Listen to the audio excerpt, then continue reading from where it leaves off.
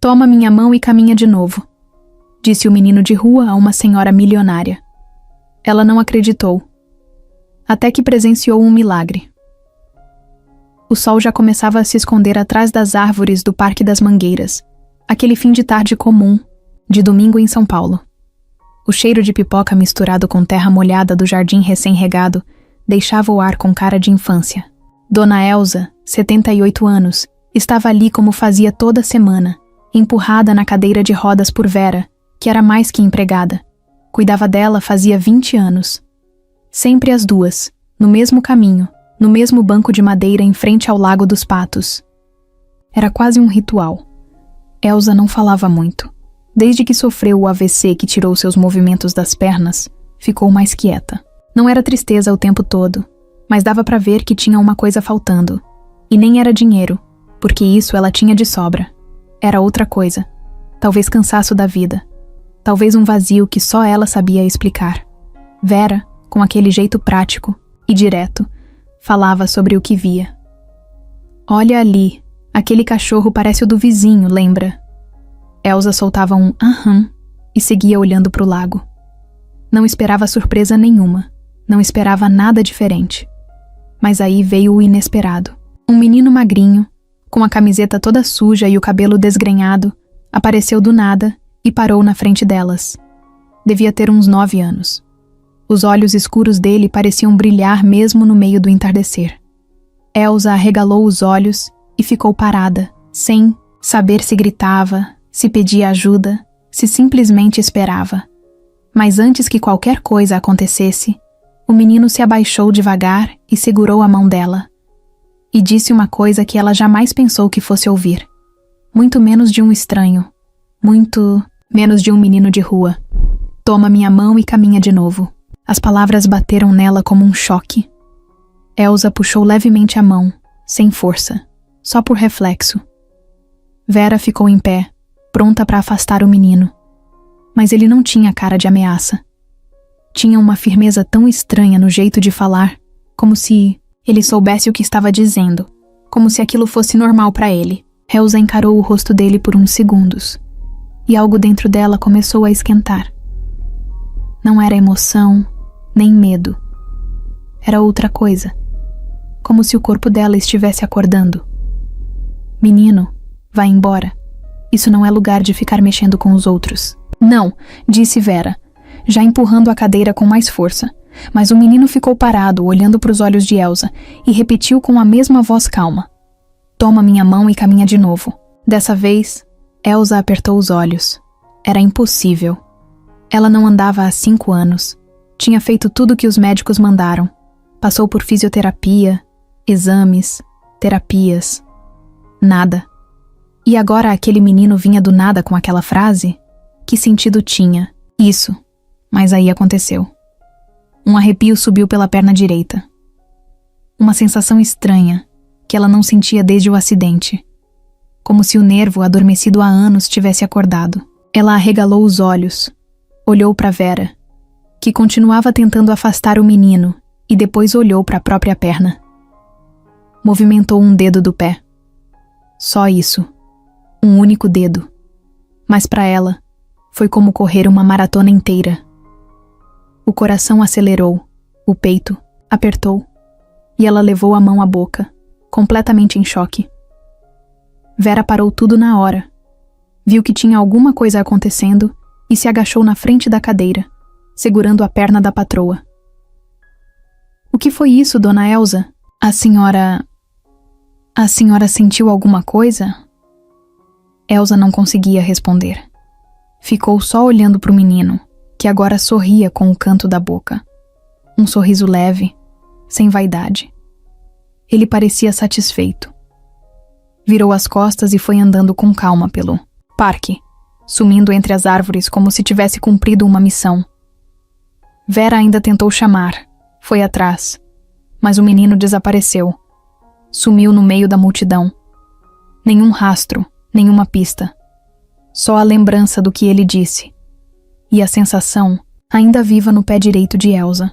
Naquela noite, deitada na cama, Elza não dormiu. Sentia o corpo todo em alerta.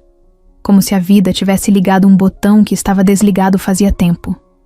Olhou para o teto por horas, lembrando das palavras e da sensação. Não sabia o que tinha acontecido, mas sabia que era real. Ela mexeu o dedo. Ela sentiu. E isso mudava tudo. Ela não sabia o nome do menino. Não sabia de onde ele vinha. Mas agora precisava encontrar ele de novo. Nem que tivesse que ir ao parque todo dia. Porque pela primeira vez em muitos anos, ela queria caminhar.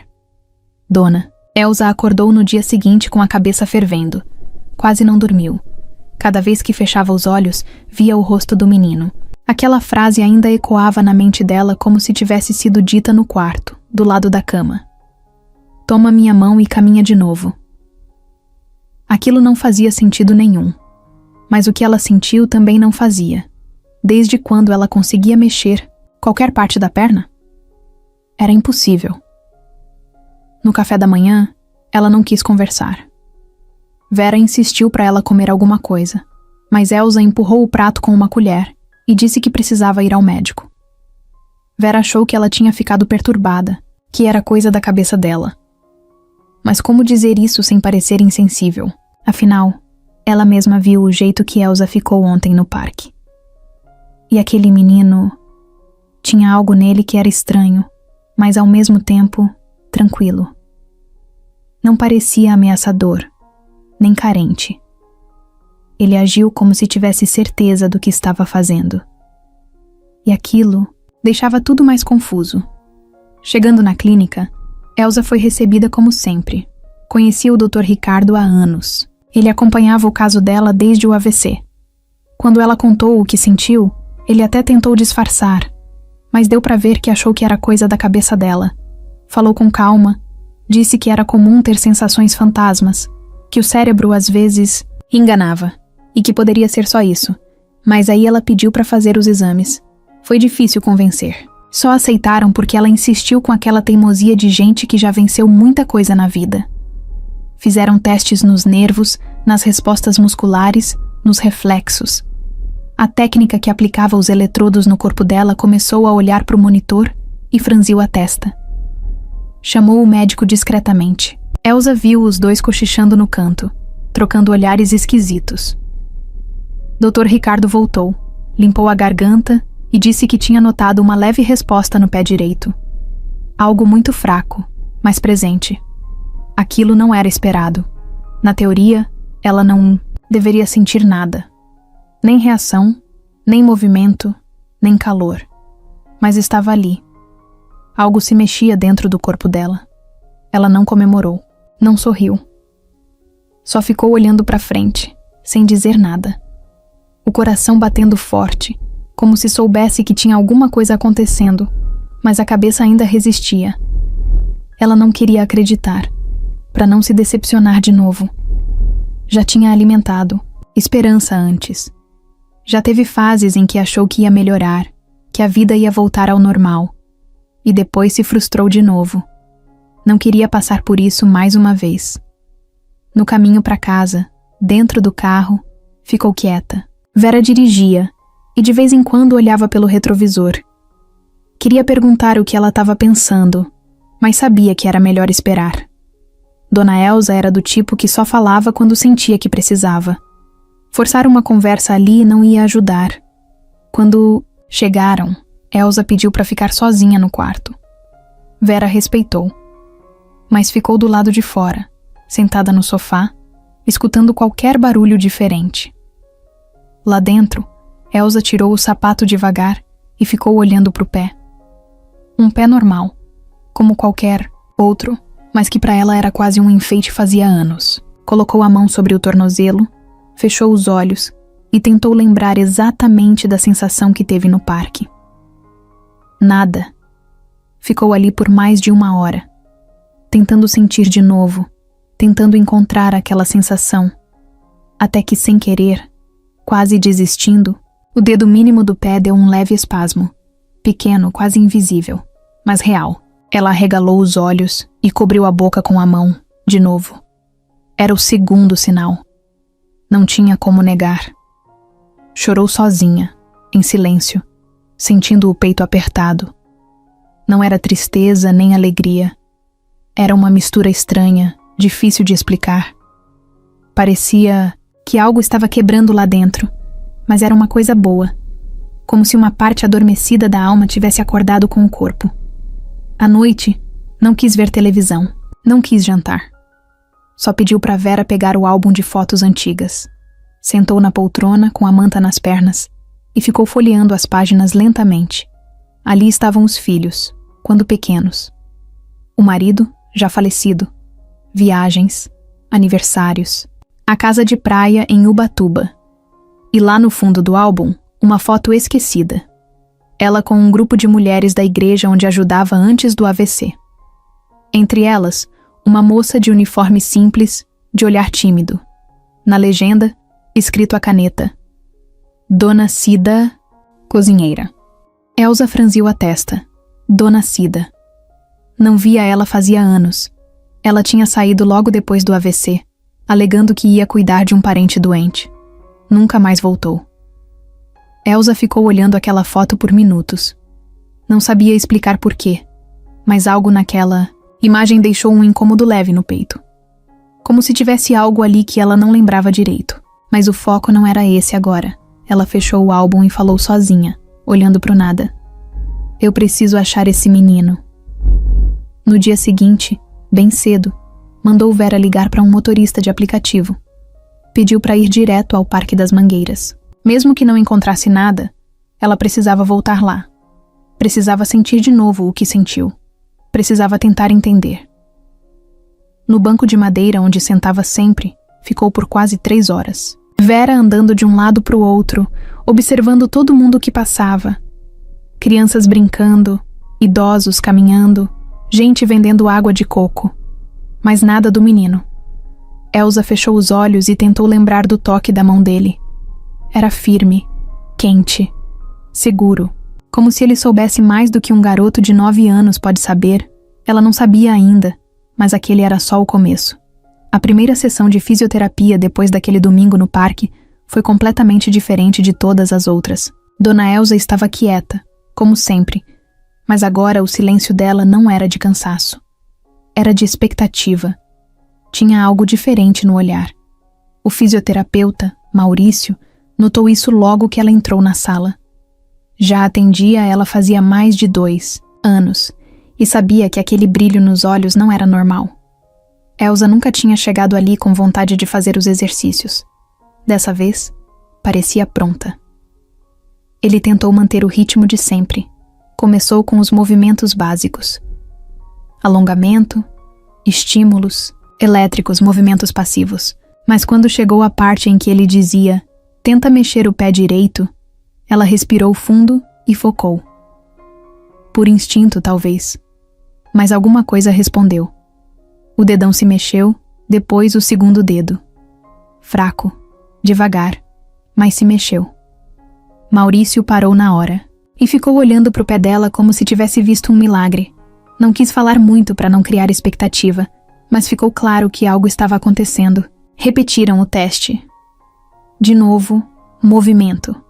Ele olhou para ela, com um sorriso nervoso.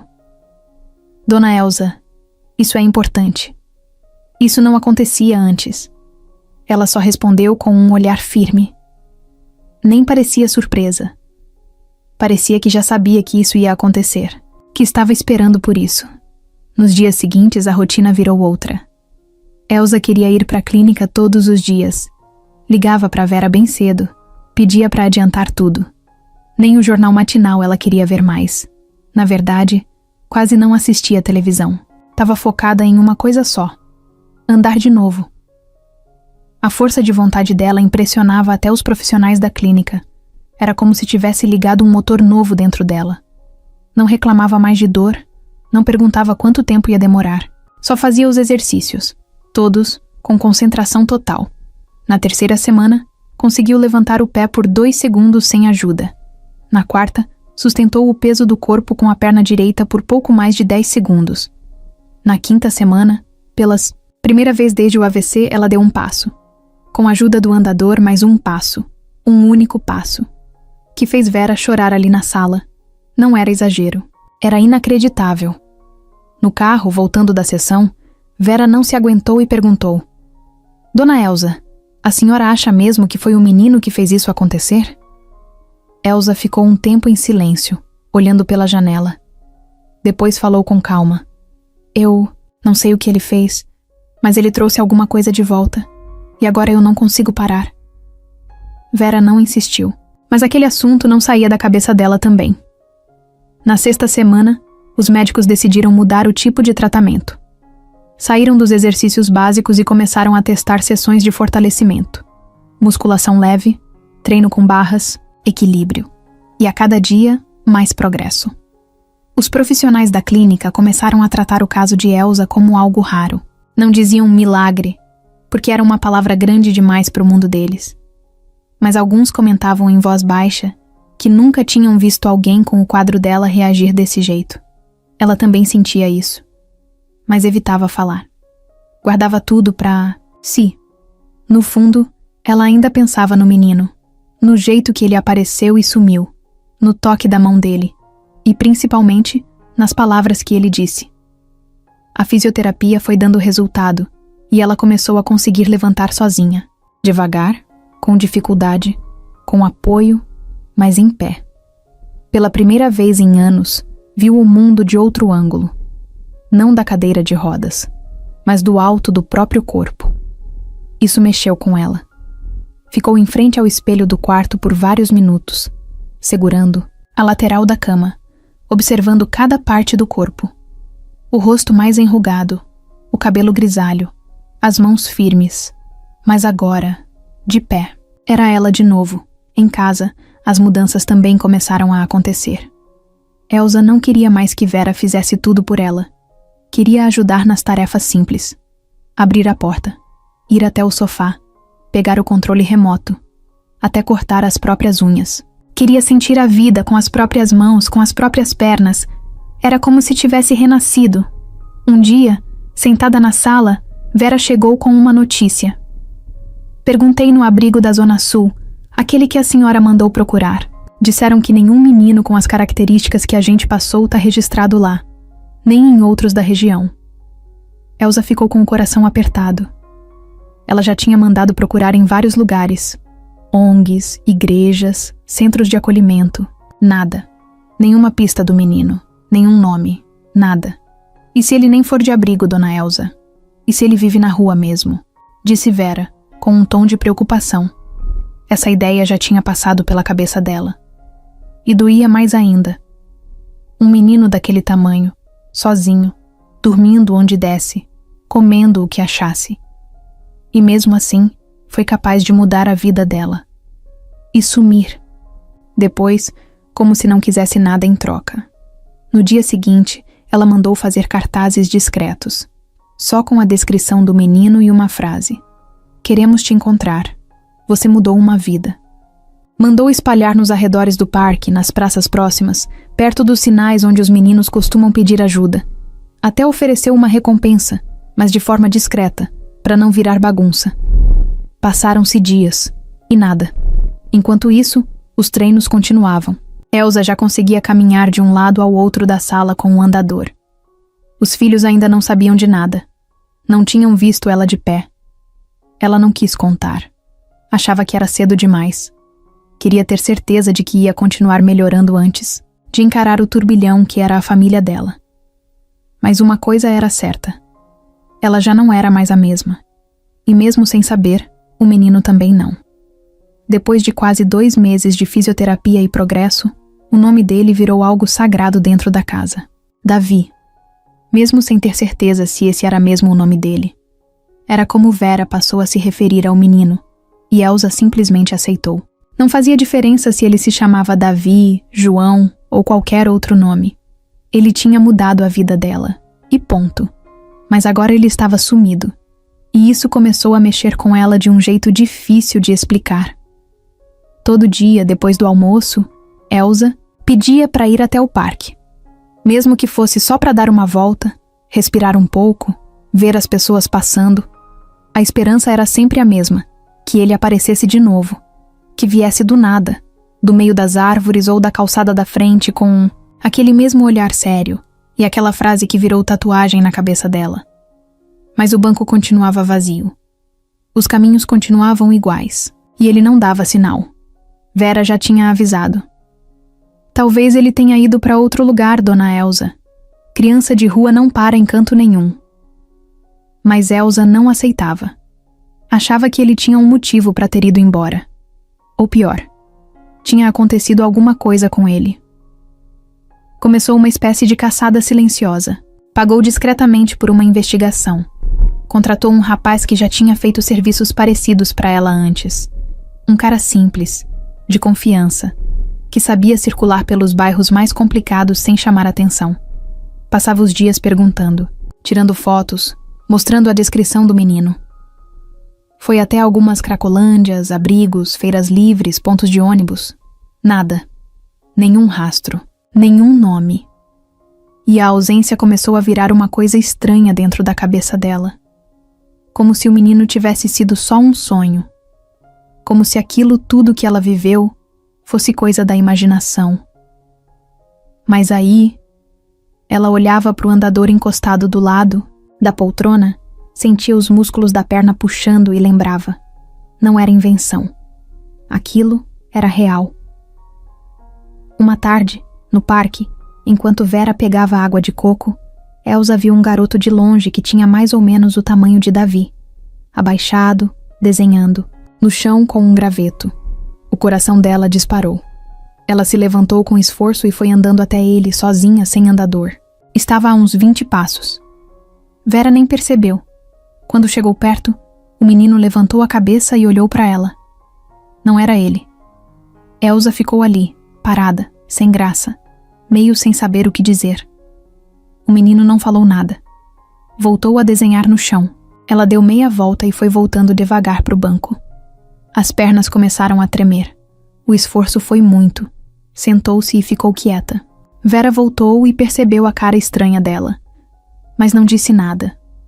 Naquela noite, Elsa teve um sonho estranho. Estava deitada num campo vazio, olhando para o céu. Davi apareceu do lado dela e disse só uma coisa. Não me procura, só escuta. Acordou suada, com o travesseiro molhado. O sonho era forte demais para ser só um sonho. Mas o que ele queria dizer com aquilo? No dia seguinte, Vera trouxe uma notícia. Uma mulher chamada Iracema, que morava perto do parque, disse que viu um menino parecido com Davi numa praça do outro lado da cidade. Disse que ele estava com outros garotos, comendo restos de comida deixada por um casal. Elsa mandou o motorista ir lá na mesma hora.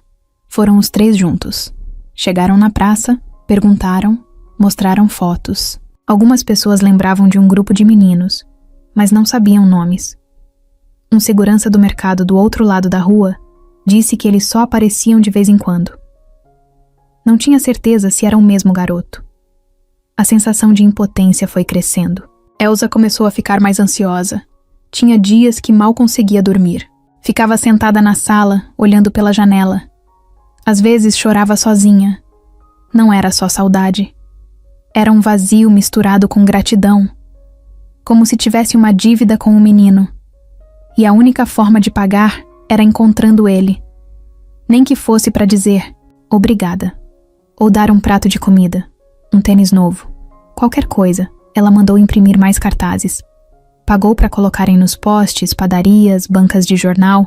Nada espalhafatoso, só o básico.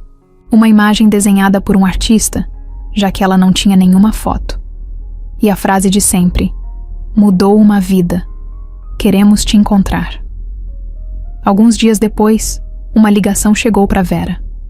Um garoto parecido com o da descrição tinha sido levado por policiais da Zona Norte para um abrigo depois de ser pego roubando pão numa padaria.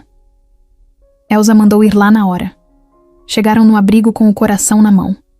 O lugar era feio, sujo, abafado.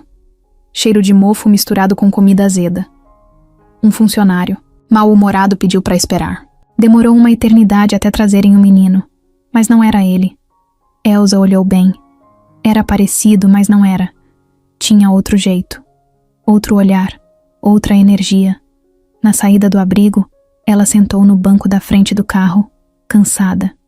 Baixou a cabeça, respirou, fundo e sussurrou só para ela mesma. Será que ele existe mesmo? Vera, que dirigia, escutou, mas fingiu que não escutou. Já tinha pensado nisso também, e não sabia o que responder. Os dias seguintes foram mais lentos. Elsa não desistiu, mas começou a aceitar que talvez não fosse tão fácil assim. Mesmo com toda a grana, com todo o esforço, encontrar uma criança nas ruas de São Paulo era como achar uma agulha num palheiro. E essa agulha parecia estar se escondendo de propósito. Ela parou de ir ao parque todos os dias. Começou a focar mais nas sessões de fisioterapia em casa. Mas deixava a porta da sala sempre aberta. E todos os dias, sem falta, olhava para o portão às 17 horas. O mesmo horário em que ele apareceu da primeira vez. Porque mesmo sumido, ele continuava ali. Em algum lugar dentro dela. Era uma tarde abafada, céu fechado, cara de chuva. Elsa estava sentada, na varanda, olhando para o jardim. Nem parecia a mesma mulher que vivia presa na cadeira de rodas. Agora andava com mais firmeza, mesmo que ainda usasse o andador de vez em quando. A cada passo, lembrava do menino. E a cada lembrança, o coração apertava. Vera veio com o celular na mão e a expressão séria. Dona Elsa, acho que encontrei ele. O silêncio que veio depois dessa frase foi pesado. Elsa só levantou os olhos devagar, sem conseguir reagir direito. Fala, Vera. Onde? Tem uma amiga minha que trabalha num pronto-socorro ali na Muca. Ela me mandou uma foto agora há pouco. Não é muito nítida, mas parece muito com ele. O garoto deu entrada ontem à noite, desacordado, com ferimento na cabeça. Parece que apanharam ele na rua e jogaram perto de uma lixeira. Um morador de rua chamou a ambulância. O sangue de Elsa gelou. A boca secou. Tentou se levantar tão rápido que quase perdeu o equilíbrio. Vera correu e segurou ela pelo braço. Calma, a senhora não pode sair desse jeito. Eu levo, mas a gente vai com calma. Pode ser ele, pode não ser também. No carro, o silêncio era esmagador.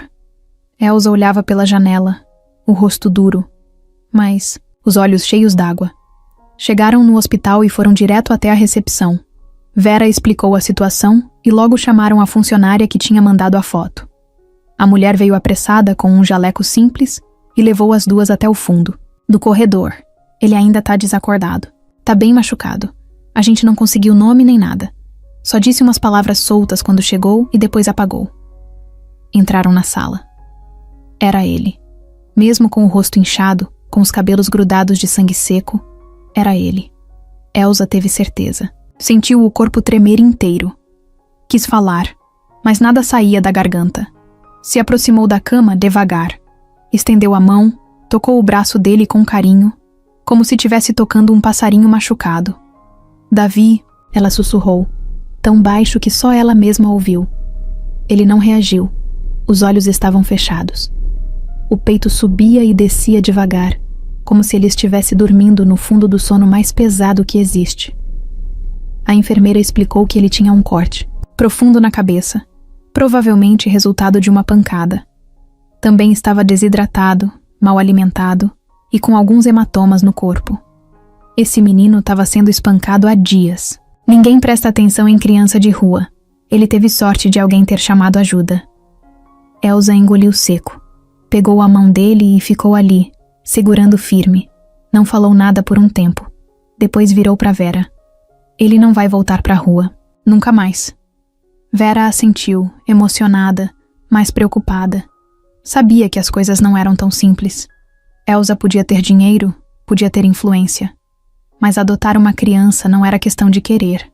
Tinha lei, tinha processo, tinha documento. Ainda mais quando se tratava de um menino sem registro, sem passado, sem ninguém. Ficaram no hospital até tarde. A cada hora, Elsa pedia uma atualização. Toda vez que uma máquina apitava, ela levantava da cadeira e ia até a porta da UTI. Os médicos pediram calma. Disseram que ele precisava de tempo. O corte não foi fatal, mas o garoto ainda estava fraco demais. 3 dias se passaram. No 4º dia, ele abriu os olhos. A primeira coisa que fez foi olhar para o teto, confuso, tentando entender onde estava. Depois virou o rosto para o lado e viu Elsa sentada ali, segurando um copo de suco na mão. Quando os olhos dele se cruzaram, ele tentou se mexer, assustado. Mas o corpo não respondeu direito. Calma, Davi. Tá tudo bem. Você tá seguro agora. Ele não respondeu. Só olhou para ela com um misto de medo e cansaço. Como se estivesse acostumado a acordar em lugares estranhos, cercado de gente desconhecida. E como se a presença dela ali fosse difícil de acreditar. Ela se levantou. Devagar, pegou a mão dele de novo. Eu te procurei por toda a cidade. Ele continuou em silêncio, os olhos marejados. Por que você sumiu, Davi? Demorou um tempo. Mas ele respondeu. Eles queriam me pegar de novo. Eu fugi. Eles quem? Do abrigo? A palavra saiu com ódio, com dor, como se fosse um lugar de castigo, e não de proteção. Elsa fechou os olhos por um segundo, respirou fundo. Depois ele contou tudo. Contou que vivia fugindo de um abrigo que ficava numa rua escondida da Zona Sul. Que lá os funcionários batiam nas crianças, deixavam sem comida, trancavam em quarto escuro como castigo. Que já tinha fugido outras vezes, mas sempre acabavam achando ele. E que dessa vez, quando viu que estavam atrás dele de novo, correu para o lado errado e foi pego por um homem que tentou bater nele até apagar. Só não morreu porque um velho de rua o encontrou e chamou socorro. Elsa ouvia tudo sem piscar. O coração doía como se fosse com ela, como se ele fosse dela desde sempre. No dia seguinte, ela chamou um advogado, pediu para resolver tudo. Queria a guarda. Queria ele em casa. Queria tirar ele da rua e do abrigo de uma vez por todas. O advogado explicou que ia demorar, que precisava de documentos, de investigação. Mas ela não quis saber. Você faz acontecer. Eu pago o que for preciso. Só me traz ele para casa. No fim da semana, Davi teve alta. O hospital não podia mantê-lo por mais tempo. Como não tinha família registrada, foi liberado com uma recomendação: voltar ao abrigo. Mas Elsa não deixou. Ele vai para minha casa. Se quiserem me prender, por isso prendam. O assistente social hesitou, mas acabou cedendo. Sabia quem era ela. Sabia o que ela podia fazer. Davi entrou no carro ainda fraco, mas com os olhos vivos. Pela primeira vez parecia se permitir um pequeno sorriso. Você me achou, né? Elsa sorriu de volta. Agora você nunca mais vai se perder. Davi entrou na casa de Dona Elsa sem saber onde pisava. O pé ainda doía. O corte na cabeça estava coberto com um curativo branco que atravessava a testa e descia até a sobrancelha. Mesmo assim, os olhos dele pareciam mais atentos do que nunca. Vera ficou ao lado da porta observando, de braços cruzados. O menino andava devagar, meio desconfiado, como o bicho arisco que passou muito tempo apanhando e agora não sabia mais quando era seguro relaxar. Elsa veio logo atrás. Passos lentos, mas firmes. Levava um cobertor dobrado no braço. E na outra mão, uma mochila azul novinha, que mandou comprar pela internet. Dentro tinha meias, cuecas, escova de dente, camiseta, uma toalha com o nome bordado e um estojo de lápis de cor. Isso é seu agora, Davi. Tá tudo aqui dentro. Ele olhou para a mochila como quem encara um presente que nunca teve. Mas não disse nada. Só balançou a cabeça com um sim bem pequeno. Ela levou ele até um dos quartos de hóspedes. Aquele quarto nunca foi usado por ninguém. Tinha uma cama, de solteiro com lençol claro, cortina branca e um tapete no chão. Nenhum luxo exagerado, mas aconchegante. Davi entrou devagar. Olhou tudo ao redor e encostou na parede. Ficou ali por um tempo, em silêncio. Elsa deixou ele quieto. Não quis forçar nada. Sabia que confiança não se compra. Se constrói. E com ele ia ter que ser devagar. Naquela noite, Davi comeu arroz, feijão e bife com batata frita.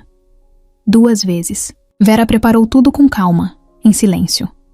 Observava ele mastigando como se cada garfada fosse a última.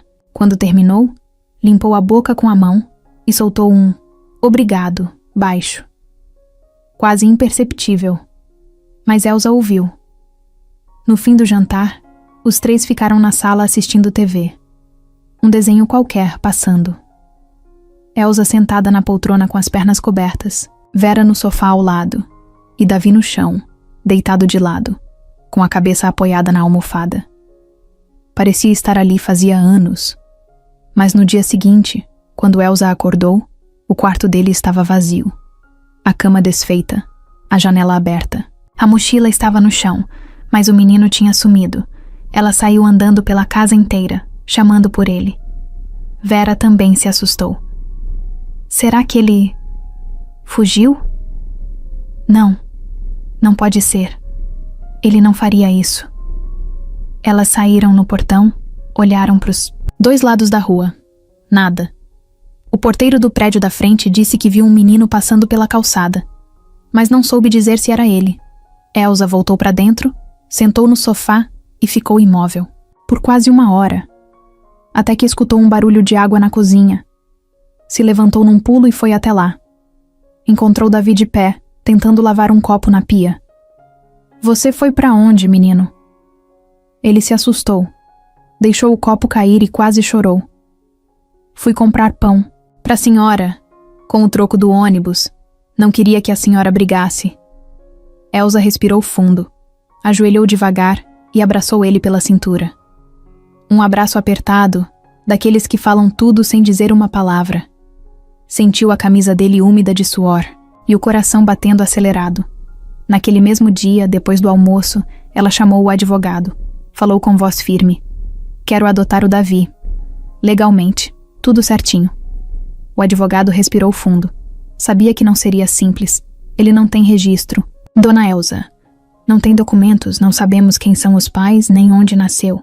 Vamos ter que investigar tudo isso antes. E vai demorar. Eu espero o tempo que for, mas ele vai ser meu filho. Davi estava na escada, ouvindo tudo. Ficou parado, imóvel. Quando ela saiu da sala, ele desceu devagar e perguntou para Vera. O que é adotar? Vera puxou uma cadeira e sentou com ele. Adotar é quando uma pessoa escolhe te amar para sempre e diz para todo mundo que você é da família dela. E ela quer fazer isso comigo? Quer. Já decidiu. Ele não respondeu. Só ficou olhando para o chão, tentando processar o que aquilo significava. Depois subiu para o quarto e ficou em silêncio pelo resto da tarde. Nos dias seguintes, Elsa começou a chamar ele de filho. Não o tempo todo, mas de vez em quando. Tipo, filho, pega aquele pano pra mim? Ou, filho, vai lá na varanda ver se a roupa já secou? Davi estranhava. Ficava sem saber se respondia com sim ou com outra coisa. Nunca ninguém chamou ele assim. À noite, Vera levou um dos travesseiros dela pro quarto dele. Quando entrou, encontrou o menino sentado na cama, com os olhos vermelhos. Tentou esconder o rosto, mas não conseguiu. Tô com medo. De quê?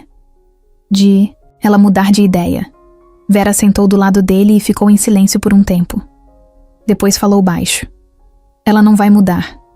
Na semana seguinte, os papéis começaram a ser preparados. Elsa deu entrevista para assistente social, respondeu perguntas sobre saúde, rotina, planos futuros. Davi também foi entrevistado. E pela primeira vez, falou com firmeza. Quero morar com ela. O processo era lento, mas estava andando. Mesmo com a idade avançada de Elsa, o histórico dela e a condição do menino deixavam tudo mais favorável. Era um caso especial. A justiça entendia. E isso dava esperança. Uma tarde, Davi apareceu na sala com um papel nas mãos. Era um desenho. Tinha ele e Elsa de mãos dadas na frente da casa com um cachorro do lado. Mas a gente não tem cachorro, Davi. Mas a gente vai ter. Ela riu. Ah, é? E quem vai cuidar? Eu. Prometo. Ela pegou o desenho, pendurou na porta da geladeira e disse: agora tá oficial. Naquele momento, não precisava mais de papel assinado. A decisão já tinha sido tomada. Tudo começou com um almoço de domingo. Elsa queria fazer as coisas do jeito certo. Não queria esconder nada. Pensou que chamando os filhos para conversar cara a cara, explicando tudo com calma, talvez eles entendessem. Talvez ficassem surpresos, claro, mas depois aceitassem. Ela não esperava festa, nem abraço, mas também não esperava guerra. Só que foi exatamente isso que aconteceu. Marcelo chegou primeiro, como sempre. Engomado, camisa social passada, celular no bolso da calça vibrando a cada 5 minutos. Estacionou o carro de luxo, apertou a campainha com um toque só e entrou sem muito papo. Cumprimentou Vera com um beijo no rosto apressado e perguntou: "Cadê a mamãe?" Luciana chegou logo depois. Batom vermelho, óculos escuros enormes, um perfume forte que entrava na casa antes dela. Veio com a cara fechada. Já tinha desconfiado que alguma coisa estava estranha, porque Elsa não chamava os dois juntos fazia tempo.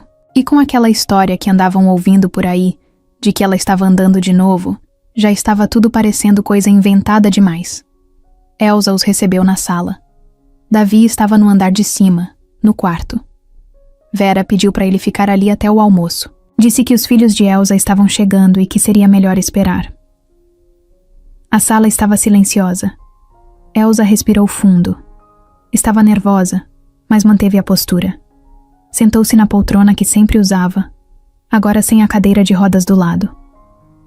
"Eu queria conversar com vocês sobre uma coisa importante." Luciana nem esperou. "Deixa eu adivinhar. A senhora tá curada por causa de um milagre feito por um menino de rua. É isso, mãe?" Elsa não respondeu. Só olhou firme. Marcelo cruzou os braços. "A gente ouviu algumas histórias, sim. E, sinceramente, parece tudo muito estranho. O que exatamente está acontecendo aqui?" Elsa respirou fundo de novo. "O nome dele é Davi. Ele me ajudou. Ele apareceu no parque, me deu a mão, falou uma frase que mudou tudo. Depois daquele dia, meu corpo começou a reagir.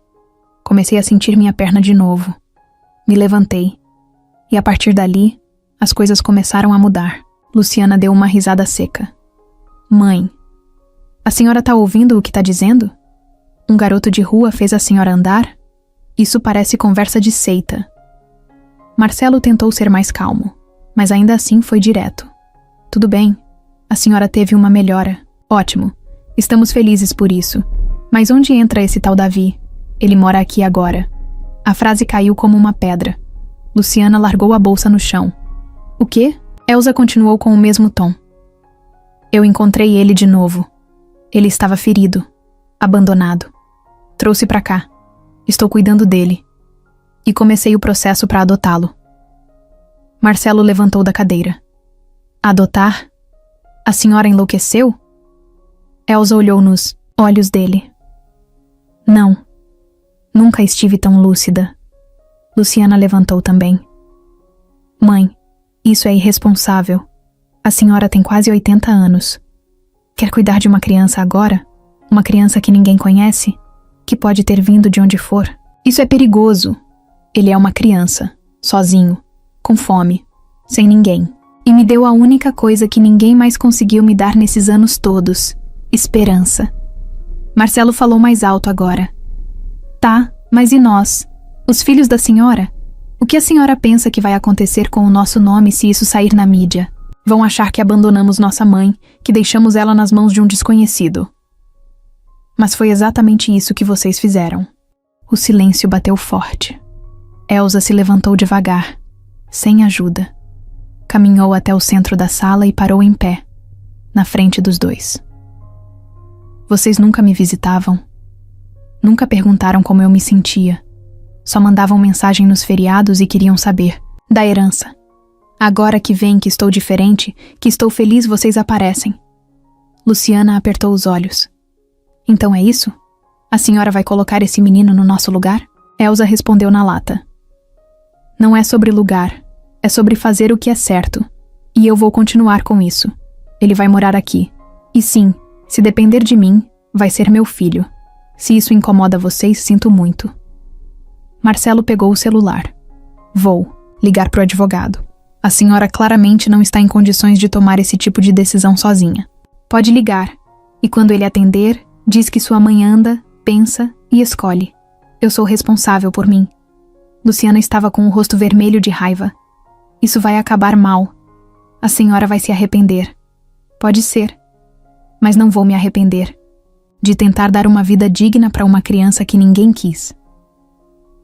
Vera apareceu na porta nesse momento. Não disse nada, só ficou parada ali. Dava para ver que ela estava pronta para proteger Elsa, se fosse preciso. Marcelo passou por ela, batendo.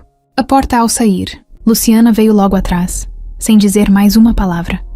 O perfume dela ficou no ar por alguns segundos. Depois foi embora também. Elsa voltou para o sofá. Sentou em silêncio. Olhou para o teto por um tempo. O rosto não mostrava tristeza, nem raiva. Era só certeza. Vera se aproximou e perguntou com cuidado. A senhora tá bem?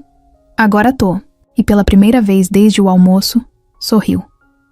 Lá em cima, atrás da fresta da porta, Davi tinha ouvido tudo. Na segunda-feira de manhã, Elsa mandou preparar o café mais cedo. Queria conversar com Vera antes de fazer o que tinha em mente. Sentou-se, à mesa com pão, frutas e uma xícara de café preto sem açúcar. Vera chegou na cozinha ainda de chinelo, prendeu o cabelo num coque rápido e perguntou meio sonolenta. Vai sair, dona Elsa? Vou sim. Hoje é dia de resolver as coisas. E o Davi? Elas que lutem. A frase saiu seca, mas com um meio sorriso. Vera entendeu. Pouco depois, as duas estavam no carro a caminho do cartório. Elsa levava uma pasta marrom nas mãos, bem apertada contra o peito. Era o testamento. O documento que só os advogados tinham mexido até então. Ela pediu alteração.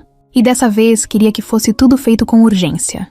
No caminho, silêncio. Um ou outro comentário sobre o trânsito, mas nada sério. Elsa estava focada. Quando chegaram, ela nem esperou ajuda. Saiu do carro, subiu os 3 degraus da entrada com as próprias pernas e entrou com a cabeça erguida. O atendente a reconheceu na hora. Bom dia, dona Elsa. Tudo certo? Vai ficar. A reunião durou quase 2 horas. Saiu de lá com os papéis novos assinados. Agora, metade da herança dela estava em nome de um fundo protegido, com Davi como o único beneficiário. Legal. O advogado explicou que isso causaria reação. E ela respondeu na hora. Já causou. Na volta para casa, Vera perguntou. A senhora tem certeza disso? Mais do que nunca. Ao chegar, Davi estava no quintal jogando bola com o cachorro novo da casa, que ele mesmo tinha batizado de Tucano. Era um vira-lata branco com uma mancha preta no olho. Vera dizia que parecia um zorro. Davi viu Elsa chegando, correu até ela e perguntou: Onde a senhora foi? Fazer um favor pro seu futuro. Ele não entendeu, mas sorriu mesmo assim. No fim da tarde, Luciana apareceu sem avisar. Estava com a cara de poucos amigos e entrou sem pedir licença, como sempre. Elsa estava na sala lendo o jornal, com os óculos no meio do nariz. Quando viu a filha, nem se mexeu, só virou a página. Eu fiquei sabendo. Boa tarde para você também. Luciana se aproximou com a voz dura. A senhora tem noção do que fez? Tenho. E faria de novo. Metade da herança, mãe. Metade? Para um menino que apareceu do nada? Metade de algo que vocês tratam como dívida, não como amor. Vocês estão mais preocupados com o que vão perder do que com o que eu ganhei. Luciana perdeu o controle. Isso é um absurdo. A senhora tá sendo manipulada. Ele pode ter inventado tudo. Pode estar fingindo esse tempo todo. Elsa levantou devagar, dobrou o jornal com calma e encarou a filha. Você me viu presa numa cadeira de rodas por 5 anos. 5 anos. Você aparecia quando precisava de dinheiro. Nunca perguntou como eu estava. Agora vem aqui me dizer quem merece o quê. Se eu pudesse, dava tudo pra ele. Então faz isso logo. E me esquece. A frase bateu forte. Elsa ficou em silêncio. Luciana virou as costas e foi embora sem olhar pra trás. Vera assistiu a cena da porta da cozinha. Elsa voltou pra poltrona. Pegou o jornal de novo e não disse nada. Mas dava pra ver que as mãos estavam tremendo. No dia seguinte, Marcelo ligou. Não para perguntar como a mãe estava. Ligou para marcar uma reunião com o advogado da família. Disse que queria entender os próximos passos. Elsa desligou o telefone sem responder. A paz dentro da casa ficou maior. Estranho dizer isso, mas era verdade. Com os 2 filhos afastados, ela sentia menos pressão. Passou a tomar café da manhã com Davi todos os dias. Faziam compras juntos. Ele ia com ela até a clínica, segurava a bolsa, ficava sentado esperando, enquanto ela fazia a fisioterapia. Uma noite, Davi entrou no quarto dela com um envelope na mão. Estava na caixa do correio. Ela abriu. Era uma intimação. Luciana tinha entrado com pedido de interdição judicial. Alegava que a mãe estava com declínio cognitivo e precisava de avaliação médica urgente. Elsa nem piscou. Eles não vão parar, né? Quer que eu rasgue, dona Elsa? Ela sorriu. Não. Eles vão ter que me ver de pé no tribunal. De frente, sem cadeira, sem fraqueza. Nos dias seguintes, o assunto virou o centro da casa. O advogado vinha com frequência. Davi ficava em silêncio nas reuniões, mas prestava atenção em tudo. Vera tentava manter a rotina, mas via o clima tenso tomando conta. Mesmo assim, Elsa se manteve firme. Não hesitava, não se abalava. No domingo seguinte, ela apareceu no clube onde a família tinha uma mesa reservada há décadas. Chegou com Davi. Todos os olhares foram para eles. Usava um vestido azul simples, cabelo preso, passo firme, Davi de camiseta limpa e tênis novo. Sentaram na mesma mesa de sempre. Pediram suco e pão de queijo. Marcelo passou por eles e fingiu não ver. Luciana olhou de longe, fez uma careta e foi embora. Elsa não disse nada. Só abriu o cardápio e perguntou para o menino: "Quer experimentar o sanduíche de frango?" Ele respondeu sorrindo: "Quero, mas só se a senhora comer também." Ela fechou o cardápio. Fechado. O nome dele era Caio Barbosa. Advogado conhecido, entre gente rica, mas não exatamente pelos bons motivos. Era famoso por destruir reputações, montar estratégias frias e levar qualquer disputa até o limite. Cobrança por hora. Sem descontos, sem simpatia. Quando Luciana o contratou, fez questão de deixar claro: "Quero que ela perca tudo." Caio não piscou. Tudo o que exatamente? Tudo que ela tá tentando dar para aquele menino. "Quero interditar minha mãe e proteger o patrimônio da família." Caio deu um sorriso curto. "Se a senhora me der liberdade, eu cuido disso." No dia seguinte, ele já tinha os papéis nas mãos. Começou a trabalhar rápido. Montou um dossiê com todos os movimentos financeiros recentes de Elsa, as visitas ao hospital com Davi, as mudanças no testamento. Foi juntando tudo num calhamaço que dava para bater na mesa e chamar a atenção de qualquer juiz. Mas ele não parou por aí. Procurou ex-funcionários da casa dela. Um jardineiro que foi demitido por preguiça. Uma governanta que saiu brigada. E começou a colher depoimentos tortos, maldosos.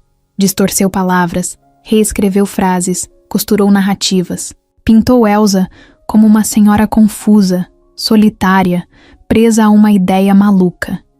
E descreveu Davi como um garoto oportunista, treinado para enganar os outros com carinha de coitado. Luciana adorava cada vírgula. "Esse menino não pode ficar com nada, que é nosso", ela dizia, com o copo de vinho na mão. Do outro lado, Elsa ficou sabendo dos boatos antes mesmo de receber os documentos oficiais. Uma amiga do clube comentou que escutou uma conversa estranha num restaurante, com o nome dela, envolvido. Algo sobre um processo de interdição. "Ele vai tentar te derrubar, Elsa. Esse advogado é uma cobra", disse o advogado dela, um homem calmo e discreto chamado Silas. "Deixa ele vir. Se for guerra, eu vou até o fim." Davi escutou a conversa, da escada. Quando ela subiu para o quarto mais tarde, encontrou ele sentado na cama, desenhando. "Tá tudo bem?" "Não sei, mas quero que fique." Ela sentou ao lado dele, devagar. "Tem gente que não quer te ver aqui, Davi. E não é só porque não te conhecem. É porque você me fez levantar de novo. E isso, para eles, É o pior tipo de ameaça. Ver que eu não preciso mais deles. Ele olhou para ela com os olhos grandes, cheios de coisa. Mas eu não queria brigar com ninguém. Só queria um lugar para ficar. Então fica. E deixa que eu brigo. Os dias passaram, e Caio intensificou o jogo. Mandou investigadores particulares seguirem Elsa. Tentou encontrar qualquer coisa que pudesse usar contra ela. Uma distração no trânsito. Um remédio tomado fora da hora. Qualquer sinal de descontrole. Mas não achou nada. Foi então que ele atacou por outro lado. A mídia. Fez vazar a história para um jornalista sensacionalista. O tipo que transforma qualquer migalha em escândalo. No Jornal da Tarde, apareceu uma reportagem com o título em letras garrafais. Milionária quer doar fortuna a menino misterioso. Família se revolta. A matéria mostrava imagens antigas de Elsa na cadeira de rodas. E depois, andando pelo clube com Davi. Usaram ângulos que deixavam a situação parecendo coisa de novela barata. Chamaram especialistas para dar opinião. Um deles disse: pode ser um caso de manipulação emocional. Idosos, às vezes, criam vínculos frágeis com pessoas que aparecem no fim da vida. Outro falou em carência afetiva mal resolvida. Quando Elsa viu a matéria, ficou em silêncio. Davi viu do lado dela. O menino se encolheu no sofá, sem saber se podia continuar ali. Vera desligou a TV na hora. Isso é lixo, dona Elsa. Pura maldade. Elsa se levantou com calma, foi até a cozinha, tomou um copo de água e falou com firmeza. Se querem me chamar de louca, vão ter que provar. A advogada de Luciana, uma mulher chamada Doutora Simone, chegou a visitar a casa sob ordem judicial. Disse que era uma verificação de ambiente. Tirou fotos, fez perguntas diretas. A Davi pediu para Elsa assinar um papel. Elsa se negou. Disse que só falaria em juízo. Naquele mesmo dia, Caio Barbosa foi ao escritório de Silas e entregou pessoalmente uma petição oficial, pedindo a interdição imediata de Elsa, alegando riscos à integridade financeira do patrimônio familiar e possível manipulação psicológica por parte de terceiro menor de idade. Silas leu o documento de cima a baixo. Isso é agressivo demais. É assim que a gente trabalha, doutor. E se você perder? Caio deu de ombros. Eu nunca perco. Quando saiu da sala, Silas ligou imediatamente para Elsa. Vai ser pesado, dona Elsa. Ele quer fazer você parecer frágil na frente do juiz. Quer que o senhor ache que você está sendo enganada? Então me leva lá de vestido vermelho e salto alto. E me deixa falar. O processo se espalhou. Na rua, no clube, no prédio, todo mundo comentava. Metade das pessoas achava que Elsa estava completamente fora da realidade. A outra metade dizia que era corajosa, mas só ela sabia o que era real ali dentro e o que estava em jogo. Uma noite, Davi acordou chorando. Tinha sonhado que estava de volta nas ruas, cercado por gente, gritando, apontando para ele. Acordou assustado, tremendo. Elsa ouviu do quarto e foi até ele. Sentou na cama, abraçou sem falar nada. Ele apertou forte os braços dela. Eles vão me tirar daqui? Não vão. Nem por cima do meu corpo. A primeira vez que Davi viu o rosto dele na televisão foi numa segunda-feira, por volta das 6 da tarde. Estava sentado no tapete da sala, com o Tucano deitado do lado, assistindo desenho, quando o controle caiu do sofá e apertou sem querer no canal de notícias. Ali estava ele. A imagem apareceu do nada. Uma foto borrada dele, tirada por algum fofoqueiro de celular, ao lado de Elsa, no clube. Embaixo, a legenda gritava: milionária pode estar sendo enganada por menino de rua. Justiça investiga. Davi congelou. O cachorro levantou a cabeça sem entender nada. Elsa, que vinha do corredor com uma bandeja de frutas, parou na hora que viu a imagem. Ficou em pé, segurando a bandeja com as duas mãos, olhando fixo para a TV. Vera entrou na sala e também parou, com o pano de prato na mão. A apresentadora, com cara de indignação de novela, começou a narrar a matéria. Essa é Dona Elsa Monteiro, 78 anos. Empresária conhecida por suas doações a instituições de caridade. Nos últimos meses, ela surpreendeu ao aparecer caminhando novamente após anos de paralisia. O que chama a atenção é que ela atribui esse milagre a um menino desconhecido, encontrado em um parque da cidade. Desde então, ela vive com o garoto e estaria tentando transferir parte da fortuna para ele. A família está revoltada e pediu ajuda à justiça. Especialistas levantam suspeitas de manipulação emocional e até de estelionato. A palavra bateu forte. Estelionato. Davi nem sabia o que significava, mas pelo jeito da moça falar, parecia coisa de criminoso. Ele virou para Elsa, confuso, os olhos arregalados. Eles estão falando isso de mim? Ela não respondeu. Sentou no sofá, largou a bandeja em cima da mesa e pegou o controle.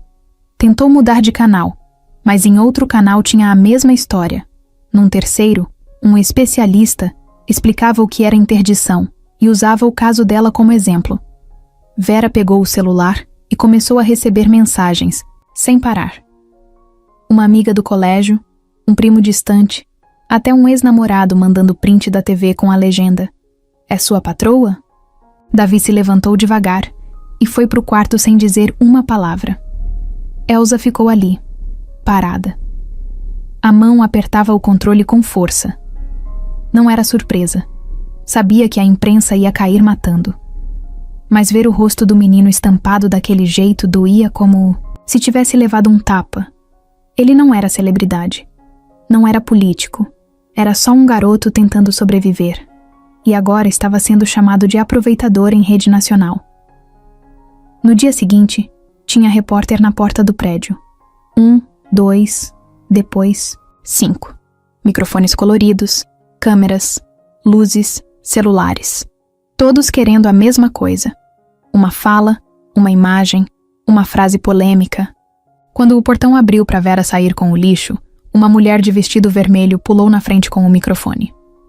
"É verdade que o menino está escondido dentro da casa com medo de ser levado? Você pode confirmar isso?" Vera virou de costas, sem responder. Jogou o lixo na lixeira e voltou para dentro bufando. "Isso virou circo, dona Elsa. A senhora precisa fazer alguma coisa. Mas o que fazer?" Silas, o advogado, apareceu à tarde com a cara fechada. "O caso saiu do controle. A mídia distorceu tudo. A gente vai ter que responder." Elsa nem piscou. "Quer que eu grave um vídeo? Quer que eu poste na internet? O que... Vocês acham que vai resolver isso?" Silas coçou a cabeça, pensativo. "Talvez uma entrevista oficial. Em um canal sério. Controlado. Para mostrar que a senhora não tá fora da realidade." Elsa ficou em silêncio. Naquela noite, Davi não saiu do quarto. Vera levou o jantar lá, mas ele nem tocou no prato. Estava encolhido na cama, com o cobertor até o queixo. Elsa bateu na porta e entrou devagar. Sentou na beirada da cama e ficou olhando ele por um tempo. "Tá tudo bem?" Ele balançou a cabeça que sim, mas não olhou para ela. "Você acha que eu sou bandido?" Ele perguntou. Aquilo cortou. "Não, e nunca vou achar. Mas todo mundo acha." Ela colocou a mão sobre a dele. "Eles não te conhecem. Eles não viram o que eu vi."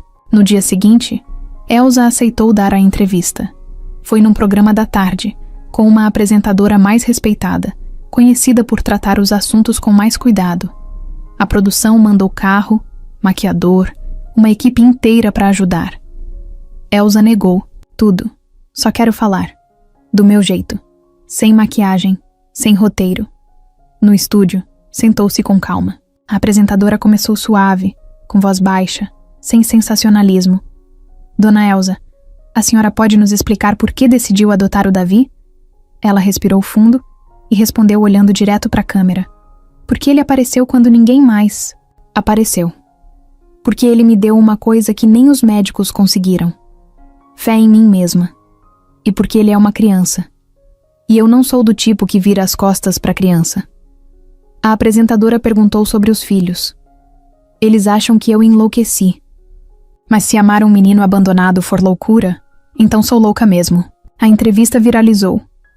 No mesmo dia, Estava em tudo quanto é lugar.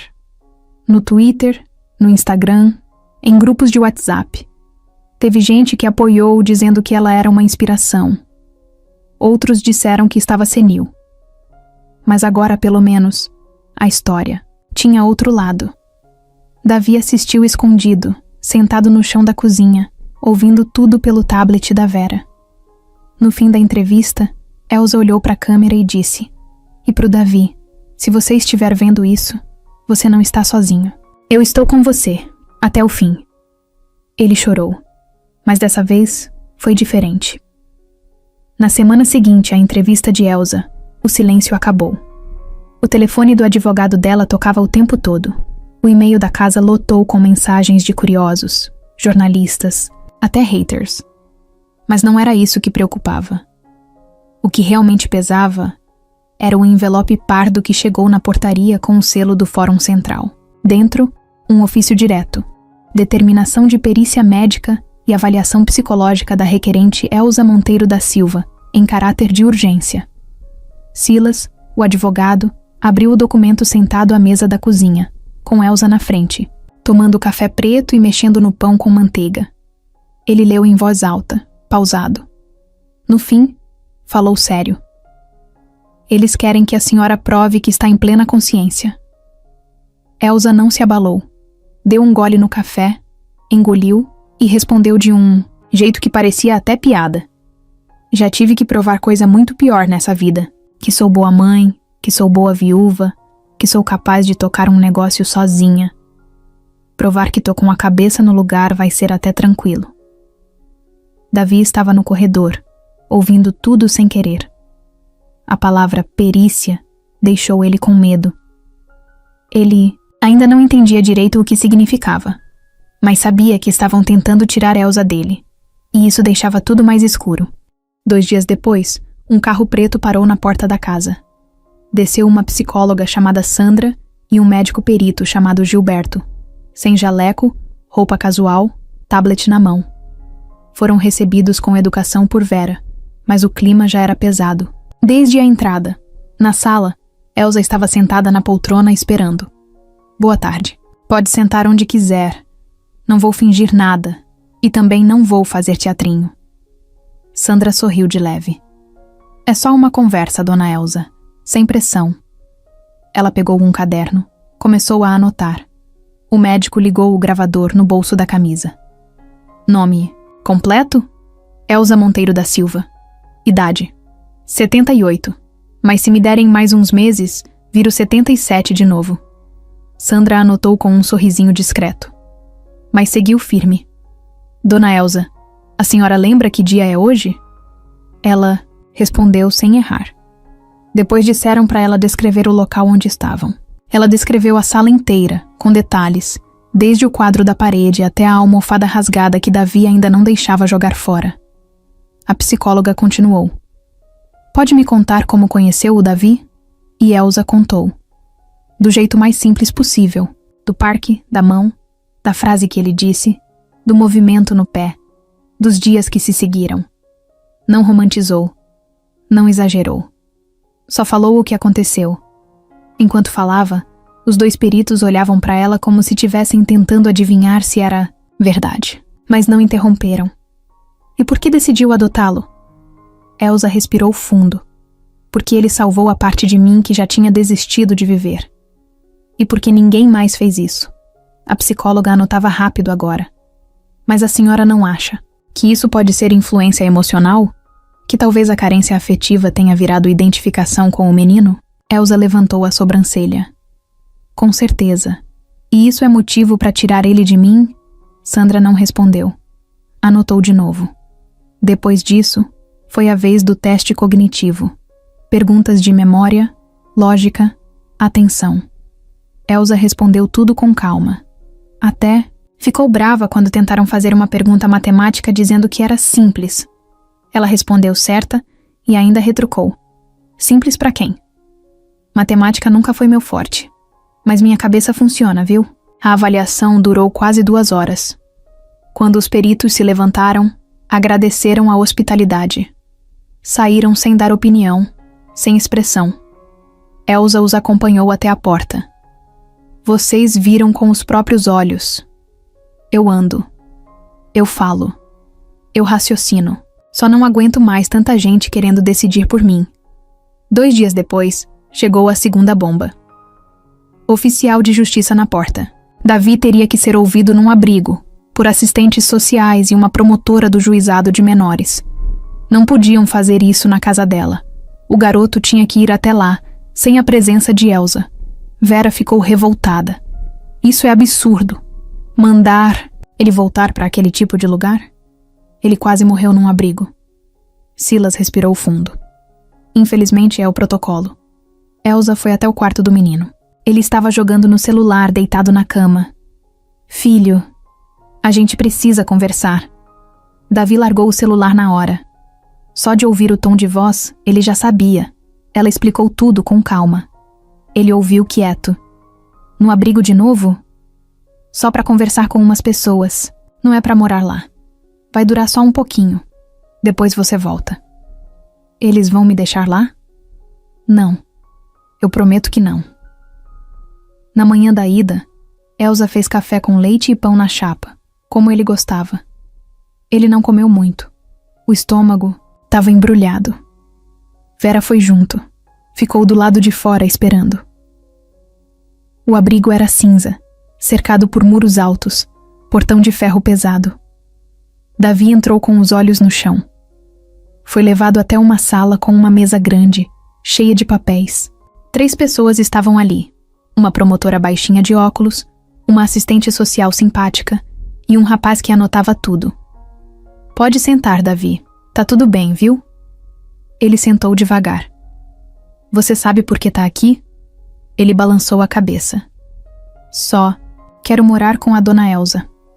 A promotora olhou para ele com cara séria. E se alguém dissesse que ela tá te manipulando, o que você responderia? Ela é minha mãe. A mulher não insistiu. Fizeram mais perguntas. Sobre onde ele dormia, o que comia, se tomava banho todo dia, se ia à escola, se alguém batia nele. Ele respondeu tudo. Simples, direto, sem enrolar. Na saída, a assistente social ofereceu um bombom. Ele pegou, guardou no bolso e saiu sem comer. Elsa estava do lado de fora. Quando viu ele saindo, abriu os braços. Davi correu e se jogou no colo dela, mesmo com vergonha de chorar na frente de todo mundo. Naquela noite, ele finalmente comeu o bombom. Na manhã de uma quarta-feira, bem cedo, Silas chegou na casa de Elsa com um sorriso estranho no rosto. Não era aquele sorriso de quem traz boas notícias, logo de cara. Era o tipo de sorriso que vem quando alguém fala: "Você não vai acreditar no que eu descobri." Elsa estava tomando café com Davi, que desenhava no caderno enquanto comia bolacha de maisena. "O que foi agora?" ela perguntou sem rodeio. Silas puxou a cadeira, sentou e colocou uma pasta grossa sobre a mesa. "Recebi uma denúncia anônima ontem à noite. Demorei para acreditar, mas agora tá tudo aqui. Tem coisa pesada, dona Elsa. E tem gente da sua família no meio disso." Ela ficou séria. Largou a xícara no pires com mais força do que devia. "O que a Luciana fez agora?" Silas abriu a pasta e mostrou os documentos. Cópias de e-mails impressos, prints de mensagens, conversas gravadas. Tudo apontava para um esquema armado por Luciana e o advogado Caio Barbosa. Os dois tinham forjado informações nos autos do processo de interdição. Tinham alterado datas de registros médicos antigos da Elsa para parecer que ela já apresentava confusão mental antes de conhecer o Davi. E não era só isso. Um ex-funcionário do escritório do Caio, recém-demitido, havia enviado áudios onde Luciana deixava bem claro que não se importava com a mãe, só com a grana. Em uma das mensagens ela dizia, rindo: "Se minha mãe quiser adotar esse menino, ótimo, mas a fortuna vai ter que voltar, para onde nunca devia ter saído. Mesmo que eu precise dizer que ela tá maluca." Elsa ouviu tudo de boca fechada. Davi ficou olhando para ela com olhos arregalados. "Ela tentou ferrar a senhora de propósito?" ele perguntou baixinho. Ela confirmou com a cabeça. "Sim, filho. E não foi só comigo." Silas explicou que tinha enviado tudo para o Ministério Público. A promotora que ouviu o Davi já tinha recebido um material. E mais, uma investigação contra Luciana e Caio Barbosa tinha sido aberta naquele mesmo dia. Eles foram longe demais, disse Silas. E agora a justiça vai bater na porta certa. 2 semanas depois, a notícia explodiu.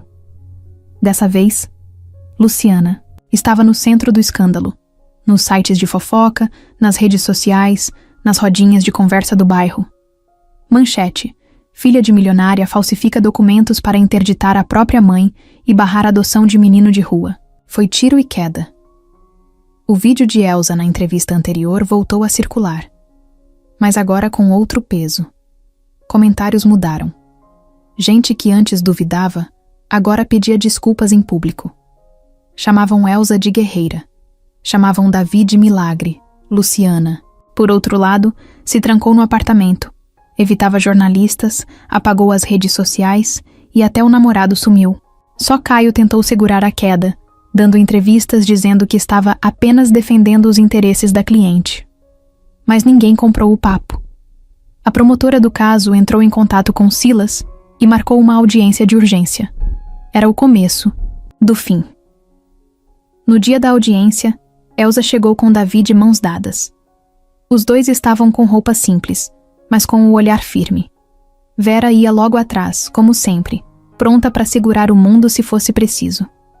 No corredor do fórum, jornalistas tentavam tirar fotos, mas os seguranças seguravam o avanço.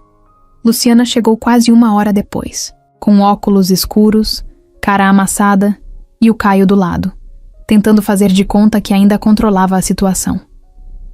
A sala de audiência era pequena. Tinha uma mesa central, 2 cadeiras para cada lado e o juiz no centro, sisudo, de terno escuro e olhar que cortava. Quando todos se sentaram, o juiz abriu a pasta com os autos, leu um trecho e olhou direto para Luciana. Está ciente da denúncia de falsificação? Luciana não respondeu. O juiz repetiu. Doutora Luciana, a senhora falsificou documentos. Médicos para justificar a interdição da própria mãe? Ela tentou balbuciar alguma coisa, mas Caio se antecipou. Excelência, nós ainda estamos analisando a autenticidade desses documentos. Já foram verificados. Técnicos do próprio fórum confirmaram as alterações. Caio calou. O juiz olhou para Elsa. A senhora deseja seguir com o processo de adoção do menor?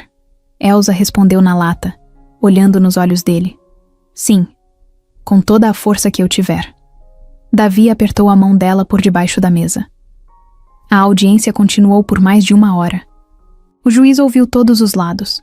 Deixou Caio falar, deixou Luciana se enrolar e depois chamou a promotora para falar do material entregue por Silas. Ela foi objetiva.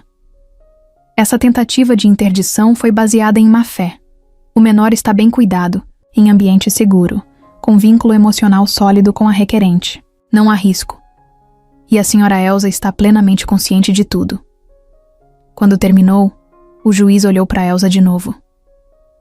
Dona Elsa, a senhora tem algo mais a dizer? Ela respirou fundo e falou, firme. Só queria que eles tivessem me visitado. Mas, antes de quererem minha assinatura, o juiz deu a última palavra. Processo de interdição arquivado. E a senhora tem todo o direito de seguir com a adoção. Luciana saiu sem olhar para ninguém. Caio andou atrás dela, mudo. Os dois evaporaram do fórum como poeira sendo varrida da rua. Na calçada, Davi olhou para Elsa e perguntou. Quer ir comer pastel? Ela riu. Com caldo de cana. E foram. Fazia umas 3 semanas que Elsa não ouvia nem a voz de Marcelo. Depois da audiência, ele sumiu. Diferente de Luciana, que virou pó e deixou um rastro de vergonha, Marcelo só ficou quieto. Não deu entrevista, não mandou mensagem, não apareceu no portão. Nenhuma palavra. E isso doía mais do que se ele tivesse gritado ou ofendido. Doía, porque ela sabia que ele não era mau. Era só covarde. Do tipo que prefere não se meter até o mundo explodir. E o mundo já tinha explodido faz tempo. A verdade é que Elsa sempre teve um carinho especial por ele. Mesmo quando ele era moleque, bagunceiro esquecia as datas importantes, ela via bondade no jeito dele. Só que com o tempo ele se moldou à vida prática. Virou adulto de escritório, de frases curtas e decisões pensadas com planilha. E agora, talvez estivesse perdido dentro das próprias escolhas. Foi então que ele apareceu. Era um sábado de Bundsandsin, manhã. Vera estava limpando o quintal. Davi ajudava com uma vassoura do tamanho dele. Tucano corria de um lado para o outro, sujando tudo o que eles limpavam. Elsa estava dentro da cozinha, misturando massa de bolo de cenoura. A campainha tocou. Vera foi abrir e congelou. Marcelo estava ali, de calça jeans, camiseta simples e uma sacola de supermercado na mão. Não tinha carro, não tinha pressa no rosto. Parecia mais baixo do que o normal. Só disse: "Queria ver a senhora, se puder." Vera não respondeu. Se virou e gritou da porta: "Dona Elsa, visita." Ela veio enxugando a mão no pano de prato. Quando viu quem era, parou. Ficou ali por uns segundos, sem saber se sorria, se fechava a cara, se falava ou esperava. Marcelo baixou os olhos. Parecia um menino de novo. "Eu errei, mãe." A frase foi simples, mas pegou em cheio. Elsa não foi de cara até ele. Deixou o silêncio ficar mais um pouco. O barulho do vento no portão, o latido do cachorro, o som das folhas sendo varridas. Tudo ficou ali no meio. "Demorou," ela respondeu. "Eu sei." "Por quê?" "Porque eu fiquei com vergonha." Ela cruzou os braços. Esperou mais. "Eu deixei a senhora sozinha por muito tempo. Eu sabia disso. Só fingia que não. E quando vi o que a Luciana estava fazendo, eu não quis me envolver. Achei que não ia dar em nada. Só que deu. E aí a vergonha foi crescendo. E quando eu vi a senhora de pé, na TV, defendendo aquele menino, eu não sabia nem onde enfiar a cara." Elsa respirou fundo. Depois deu um passo para frente e apontou com o queixo para a sacola. "O que tem aí?" Marcelo abriu e mostrou. Laranja, cenoura, chocolate meio amargo e um vidro pequeno de fermento, para fazer o bolo que a senhora gostava de fazer quando eu ficava doente. Ela deu um sorriso de canto. Faltou o leite condensado. Eu sabia que ia esquecer alguma coisa. Elsa fez sinal com a mão. "Entra logo antes que eu me arrependa." Ele entrou. Vera só observou, emocionada. Davi, lá do fundo do quintal, gritou: "Oh, quem é esse?" Elsa respondeu alto: "Seu irmão." Marcelo se assustou com o título, mas não reclamou. Só deu um meio sorriso. Davi veio correndo, todo suado, segurando o cabo da vassoura como se fosse espada. "Oi."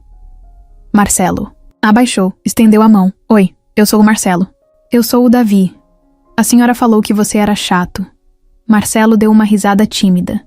Elsa apareceu atrás e deu um tapa leve na cabeça de Davi. "E você é fofoqueiro." Eles entraram juntos na cozinha. Tucano veio atrás, animado com a Paco. Confusão. Elsa pegou uma tigela maior. Mandou Marcelo lavar as mãos. Ele obedeceu. Pegou os ingredientes e começou a mexer tudo sob o olhar atento da mãe. "Faz tempo que a gente não cozinha junto," ele comentou. "Anos," ela respondeu. "E eu nem lembrava como fazia esse bolo." "Vai aprendendo. A vida tá só começando." Enquanto mexiam a massa, Davi sentou na cadeira com as pernas balançando. Vera apareceu com café, e o cheiro de infância se espalhou pela casa. No fim da tarde, o bolo estava pronto. Dourado, cheiroso, com cobertura escorrendo. Marcelo cortou o primeiro pedaço, deu para Elsa. Depois entregou outro pro Davi, que comeu com os dedos lambuzando a cara toda. "Tá bom?" Marcelo perguntou. "Não, tá ótimo." Elsa observava os dois em silêncio. Por dentro, era um alívio difícil de explicar, porque o perdão, quando vem sem drama, sem discurso, é mais leve. Só chega, senta e fica. Como aquele pedaço de bolo quente no prato. Era segunda-feira, 7 da manhã. A casa estava silenciosa, só o barulho do chuveiro de Davi ecoando pelo corredor. Elsa já estava acordada fazia tempo. Sentada na beira da cama, com os pés no chão, ela girava os tornozelos devagar, sentindo cada músculo. Era assim que começava todos os dias agora. Não tinha mais pressa, mas também não havia mais medo. O corpo doía? Às vezes. Mas não era a dor de antes, aquela que vinha da tristeza de se sentir presa numa cadeira. Era só o tipo de dor que mostra que a gente tá vivo, que os ossos ainda se mexem e tem história para contar. Ela se levantou sem ajuda. Caminhou até o banheiro, lavou o rosto, penteou o cabelo com cuidado e prendeu num coque simples. Não usava maquiagem nem brincos, mas o espelho devolveu uma mulher inteira. Envelhecida, sim, mas firme. Na cozinha, Vera já preparava o café. Quando Elsa entrou, ela deu aquele olhar de costume, meio checando se estava tudo bem, meio orgulhosa. Hoje tá mais reta, hein? Cada dia mais ereta que a senhora. As duas riram. Enquanto isso, Davi apareceu com o uniforme novo da escola. Azul claro, tênis branco que ele mesmo fez questão de limpar na noite anterior. A mochila maior do que ele, e um sorriso que parecia ter nascido ali mesmo dentro daquela casa. Elsa olhou para ele e pensou, ele parece outro menino, e era mesmo. Agora dormia direito, comia bem, falava olhando nos olhos, fazia perguntas que nem sempre tinham respostas simples. E ria de verdade. Tá pronto pro seu primeiro dia? Mais pronto que o pão de queijo da Vera. Vera revirou os olhos e deu uma mordida no pão. Elsa colocou uma maçã na mochila dele, arrumou a gola da camisa e beijou a testa com carinho. Se precisar, liga. E se não precisar, liga também. O carro da escola chegou. Ele saiu correndo, acenando, tropeçando no próprio tênis. Elsa ficou na porta vendo ele sumir no final da rua. Era difícil segurar a emoção, mas ela se segurava. Era como ver um filme passando na frente dos olhos. Um filme que começou com um "toma minha mão e caminha de novo", e agora mostrava aquele mesmo menino partindo para a escola com um lanche na mochila e o coração limpo. Aos poucos, Elsa foi retomando o controle de tudo. A fisioterapia agora era uma vez por semana, só para manutenção. Os médicos já tinham declarado a recuperação dela como incomum, mas real. Ela chegou até a gravar um vídeo com o Dr. Ricardo, mostrando o progresso. O vídeo rodou pelos grupos de WhatsApp das amigas dela, que mandavam áudios emocionadas dizendo que era coisa de novela. Elsa também voltou a andar sozinha pelas ruas do bairro. Ia ao mercado, à farmácia, até ao salão de vez em quando. Na primeira vez que foi ao parquinho sozinha, sentou no mesmo banco onde tudo começou. Ficou ali por quase 1 hora, sem dizer uma palavra, observando as crianças correndo, os cachorros latindo, as pessoas caminhando. Era como voltar ao começo do filme, mas agora com outro final. Marcelo apareceu cada vez mais. Almoçava com ela, aos domingos, levava Davi ao futebol às terças. Virou até o responsável por ajudar com a lição de casa. A relação deles ainda tinha pontas soltas, mas agora havia espaço para conversar. Elsa aprendeu a escutar mais, e Marcelo aprendeu a falar menos como advogado e mais como filho. Um dia, os 3 estavam na sala assistindo um programa qualquer de culinária. Elsa no sofá, Davi deitado no tapete com Tucano e Marcelo mexendo no celular. De repente, Elsa falou: "Quero montar um instituto." Marcelo olhou na hora. "Instituto de quê?" "De ajuda, para crianças como o Davi. Crianças que ninguém enxerga." Davi levantou o rosto. "Sério?" "Sério." Ela explicou a ideia. Um espaço com psicólogos, assistentes sociais, comida boa, cama limpa e atenção de verdade. Um lugar que não fosse só abrigo, mas um começo novo. Marcelo ficou em silêncio. Depois de um tempo, disse: "Posso te ajudar com isso." Elsa sorriu. "Vai ser bom ver você trabalhando em algo que realmente muda vidas." Nos dias que se seguiram, começaram a planejar. Procuraram um imóvel, desenharam um projeto, chamaram gente do bem para entrar junto. O nome já estava decidido desde o primeiro momento. Mãos que caminham. A vizinhança passou a olhar Elsa com outros olhos. Antes, viam como a velha rica da casa grande. Agora viam uma mulher que desafiou o próprio corpo, enfrentou a própria família E ainda por cima quis fazer mais por gente que ninguém vê. Mas mesmo com tudo andando, tinha uma coisa que Elsa não deixava de fazer. Toda semana, às quartas, ela voltava ao mesmo parque. Não para esperar Davi de novo, mas para lembrar de onde tudo começou. Ficava sentada no banco, de vez em quando, com um café na mão, só olhando. Às vezes, uma criança passava e sorria. Às vezes, um senhor puxava assunto, e ela sempre respondia com calma. Porque agora, ela estava inteira, e inteira, ela era mais forte do que nunca. Era sábado, 10 da manhã. Céu limpo, sol morno, vento leve. Um dia perfeito para sair de casa sem destino certo. Elsa vestiu uma roupa, clara, calçou o tênis novo que Davi tinha dado no Dia das Mães e prendeu o cabelo num rabo de cavalo. Não tinha mais aquele cuidado de esconder a idade. Agora ela usava a própria imagem como resposta para tudo que duvidaram dela. As rugas estavam ali, os cabelos brancos também. Mas o que mais chamava a atenção nela era outra coisa. Presença. Davi apareceu com um boné torto na cabeça e uma sacola na mão. Levei um suco e 2 pães de queijo. Pra gente comer no banco. Ela sorriu. Banco nenhum aguenta tanto pão de queijo, menino. Vera se aproximou da porta com a chave do carro, mas Elsa fez sinal com a mão. Hoje a gente vai a pé. Vera ficou surpresa, mas não argumentou. Sabia que aquele passeio tinha algo diferente. A caminhada até o parque foi lenta, mas firme. Elsa se apoiava levemente no braço de Davi, que ia atento, cuidando de cada passo. Tucano foi junto, preso na coleira, puxando um pouco, parando para cheirar tudo.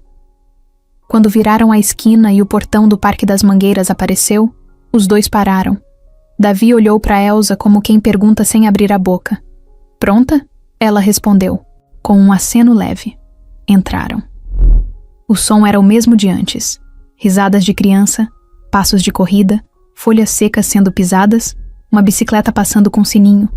Aquele cheiro de pipoca e grama molhada voltou com força, trazendo junto lembranças que Elsa não esperava. O coração bateu mais forte. Não era tristeza, nem dor. Era uma mistura de tudo. A memória do dia em que tudo mudou.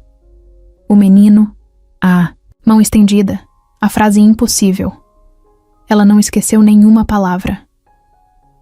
Toma minha mão e caminha de novo. Davi também ficou quieto. Não falou nada.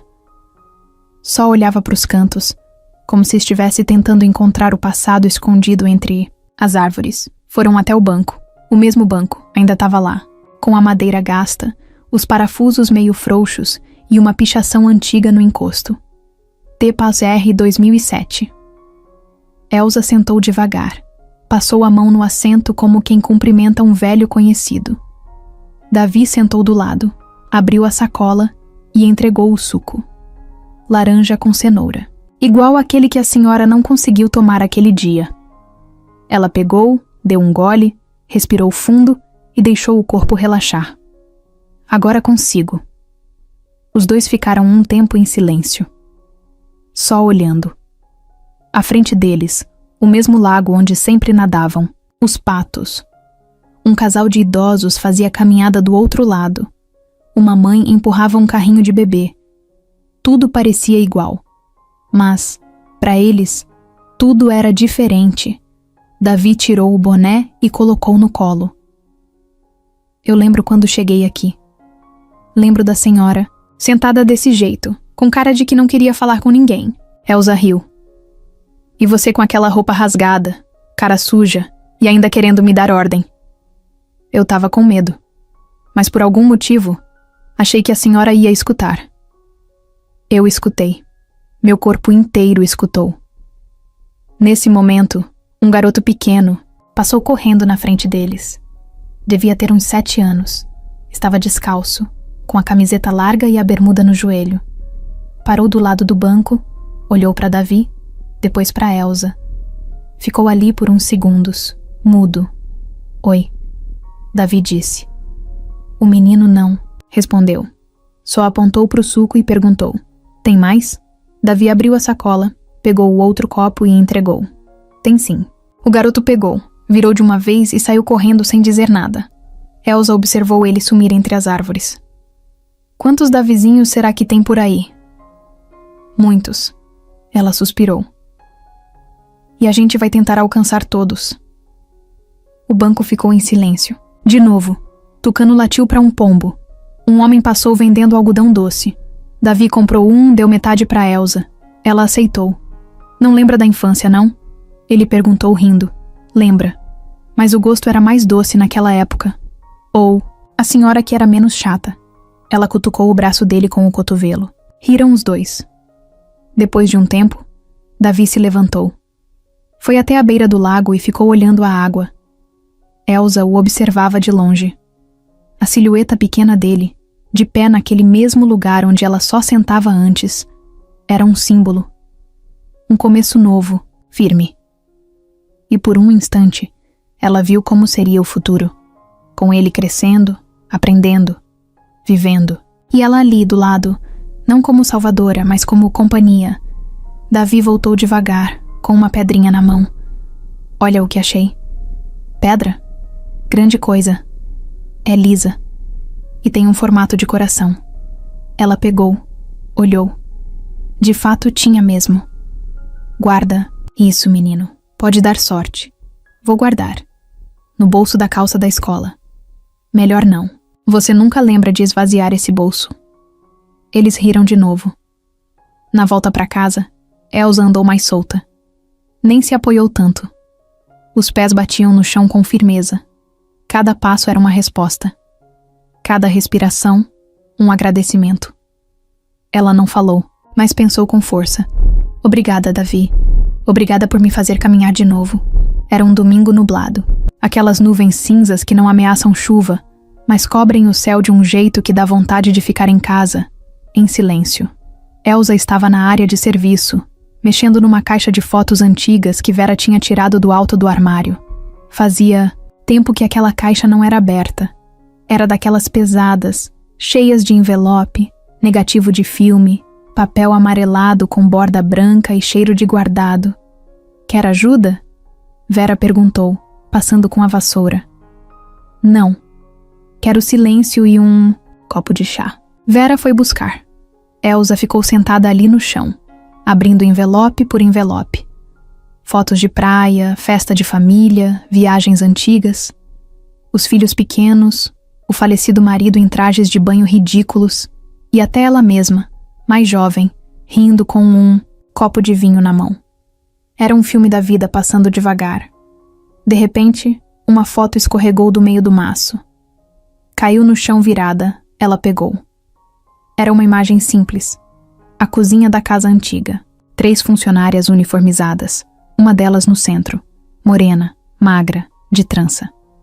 Tinha um avental azul claro e os olhos baixos. Escrito à caneta no verso: Cida, 2009. Cida. O nome deu um baque no peito de Elsa. Era uma das cozinheiras mais antigas que ela já teve. Trabalhou ali por quase 7 anos. Nunca deu problema, nunca causou. Mas saiu do nada, alegando que ia cuidar da irmã doente no interior. Nunca mais mandou notícia. Na época, Elsa nem achou estranho. Mas agora, alguma coisa dentro dela acendeu. Ela ficou olhando a foto por longos minutos. Depois levantou, foi até a estante. Pegou a agenda antiga onde costumava anotar contatos dos funcionários. Estava lá, rabiscado com letra torta. Cida, cozinha, DDD 11, número riscado. Desceu a folha e logo embaixo tinha outro número com a anotação. Sobrinha, Maria. Elsa pegou o celular. Digitou os números. Chamou 3 vezes antes de atender. Alô? Oi, quem fala é Elsa Monteiro. A senhora é Maria, sobrinha da Cida? A voz do outro lado hesitou. Sim. A senhora quer falar com a tia? Ela não tá mais aqui em São Paulo? Voltou para a cidade dela. Por quê? Preciso saber uma coisa. É importante. Maria ficou em silêncio por alguns segundos. Se for sobre o filho dela... A senhora finalmente descobriu, né? Elsa travou. Como é que é? Ele é seu. Quer dizer... Ele nasceu aí. Elsa sentou na cadeira sem perceber. O corpo todo ficou leve de repente. Maria contou tudo. Cida engravidou no final de 2009. Escondeu de todo mundo. Disse para a família que era de um homem casado, que não podia assumir. Teve o menino sozinha, no hospital público, e disse que ia dar para adoção. Mas ninguém viu isso acontecer. Meses depois, ela apareceu de volta em São Paulo, sem barriga, sem bebê. Disse que entregou. Só que um tempo depois, ela mesma confidenciou para Maria que não teve coragem. Que escondeu o bebê com uma conhecida de rua, uma mulher que morava numa pensão perto do centro. Depois disso, nunca mais viu o menino. Ela dizia que uma hora ele ia voltar, que a vida ia dar um jeito. Como ele se chamava? Davi. Elsa sentiu o estômago virar. Você tá me dizendo que o menino que eu adotei é filho da Cida? Maria respirou fundo. Sim. E a senhora foi a única mãe que ele teve de verdade. A ligação durou mais alguns minutos. Elsa anotou nomes, datas, endereços. Quando desligou, ficou parada por um tempo. O mundo girava devagar, mas a cabeça dela ia longe. Davi estava no quintal jogando bola com Tucano. Ela ficou olhando ele de longe. O jeito que chutava, que sorria, que gritava com o cachorro. Era como se tudo tivesse encaixado. Como se o universo tivesse pegado um quebra-cabeça jogado há anos e colocado a última peça. Mais tarde, ela chamou ele para dentro. Filho, preciso conversar com você. Ele sentou no sofá, com a testa suada, e fez cara de quem tinha medo de castigo. Não fiz nada, juro. Não é sobre isso. Ela pegou a foto da Cida. Entregou. Na mão dele. Você conhece essa mulher? Ele olhou por um tempo. Parece com uma moça que me dava pão quando eu era bem pequeno. Acho que ela me chamava de filho. Elsa respirou fundo. Ela é sua mãe. Davi arregalou os olhos. Depois ficou mudo. Olhou de novo para a foto, depois para ela. Mas por que ela me deixou? Porque a vida não deu escolha. E talvez ela tenha feito o melhor que podia, mesmo sem saber se era certo. Davi abaixou os olhos. Ficou um tempo sem dizer nada. Depois levantou, foi até a janela, ficou olhando o quintal. Tucano correu atrás de um passarinho. O vento batia nas árvores. A cena parecia calma, mas por dentro era uma tempestade. Ela tá viva? Tá. Quer me ver? Não sei, mas posso descobrir. Ele continuou de costas. Quero ver. Elsa foi até ele, colocou a mão no ombro. Você não precisa escolher entre ela e eu. Ele virou o rosto. Mas eu já escolhi. O endereço era simples. Uma casa baixa, com tinta descascando, perto de uma linha de trem que fazia barulho, o dia inteiro. Elsa não quis ir de carro de luxo. Pegou um táxi com Vera e Davi. Foram os três juntos, mas o clima dentro do carro era quase mudo. Davi não parava de mexer na barra da camiseta. Estava nervoso. E não era pra menos. Ela tem outro filho? Ele perguntou do nada, ainda olhando pela janela. Não. Só você. Silêncio de novo. Quando o táxi parou, ele demorou para sair. Elsa foi na frente, apertou a campainha. Quem abriu a porta foi Maria, a sobrinha. Estava com uma roupa simples, um sorriso nervoso e um olhar que misturava carinho e medo. Ela tá lá dentro, sentada no sofá. Não saiu dali desde ontem. Davi ficou parado no portão. Quer entrar? Elsa perguntou. Ele respirou fundo, engoliu seco e entrou. O corredor era estreito, escuro. Passaram por uma sala com televisão antiga, cheiro de sabão em pó e café requentado. Cida estava ali, mais magra do que Elsa lembrava. Cabelos brancos, óculos tortos no rosto. Quando viu o menino, se levantou devagar. Os olhos se encheram na mesma hora. Não falou, só olhou. Davi também não falou nada. Ficaram assim por alguns segundos. Parecia que tudo ao redor parou. Até que ele deu um passo para frente. E outro. Quando ficou na frente dela, olhou nos olhos e perguntou baixinho. Por que você me deixou? Cida chorou na hora. Porque eu achava que ia te fazer mais mal ficando do que indo embora. Davi ficou quieto. Elsa ficou em pé, um pouco de lado, deixando o momento ser só dos dois. Eu não era uma boa mãe. Eu não sabia o que fazer. Eu tava com medo de você passar fome. Eu não tinha nada. Só coragem para desaparecer. Davi abaixou os olhos. As mãos tremiam. Os dedos apertavam a barra da camiseta até enrugar tudo. Você lembrava de mim? Todo dia, ele deu mais um passo e encostou a cabeça no peito dela. Cida chorou sem som, só lágrima caindo em silêncio. Elsa respirou fundo, virou o rosto pro lado para segurar as próprias lágrimas. Vera puxou ela de leve e cochichou. Quer dar um tempo? Pra eles? Elsa assentiu. Foram até a calçada. Sentaram num banco improvisado de cimento na frente da casa. Eu achei que esse dia nunca ia chegar. Elsa falou. E agora que chegou? Agora eu sei que ele vai dormir diferente hoje. Lá dentro, Cida e Davi ficaram abraçados por muito tempo. Depois sentaram no sofá. Ela puxou uma caixa velha, cheia de coisas que guardou por anos. A pulseirinha do hospital, uma chupeta, uma camiseta minúscula com um desenho de foguete. Davi mexia nas coisas como se fossem relíquias de outro planeta. Você me deu nome? Ele perguntou. Dei. Davi mesmo. Por quê? Porque achei que você ia ser pequeno, mas valente. Ele sorriu pela primeira vez naquele dia. Cida olhou para ele. Mas quem te criou foi ela, a Elsa, e isso eu nunca vou conseguir pagar. Davi balançou a cabeça. Você não precisa pagar nada. Mais tarde, já perto do fim da tarde, os três voltaram para casa. Davi no banco da frente, com os olhos perdidos, mas tranquilos. Elsa no banco de trás, olhando para ele com outro tipo de olhar. Não era mais o da protetora. Era de alguém que entende que o amor não precisa competir. Naquela noite, ele não quis jantar. Mas também não chorou. Ficou no quarto desenhando. Elsa passou por ali, deu uma espiada. Ele estava desenhando 3 pessoas de mãos dadas. Ele, Cida e ela. Sem cachorro, sem cenário. Só os 3. No dia seguinte, Elsa chamou Marcelo. Contou tudo. Ele ouviu em silêncio, com as mãos cruzadas na mesa.